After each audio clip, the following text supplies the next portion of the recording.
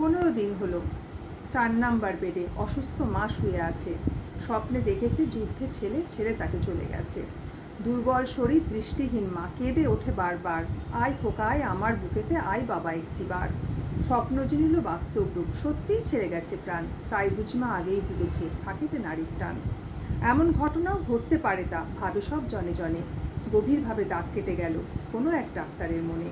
সেই ডাক্তারের যত্নের চেষ্টায় একটু মা সুস্থ হলো। মার মুখে শুধু একটাই প্রশ্ন, ছেলে আমার কোথায় বলো। ছেলে ছুটে এসে জড়িয়ে বলল, মা তুমি কেমন আছো? তোমার ছেলে যে দেশের ছেলে মা, তাকে তুমি ভুলে গেছো?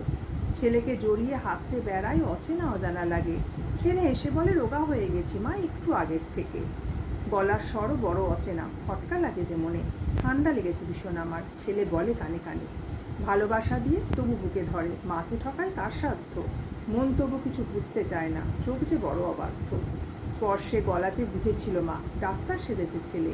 ভালোবাসা মোড়ে নিখুঁত নাটকে জল আটকেছে চোখে এলে। শেষ ক্ষণেকার কাছে ডেকে বলে মা, সাত যে রইল বাকি, পরজন্মে দেখবো এমন ছেলেকে, এই সাতটুকু শুধু রাখি।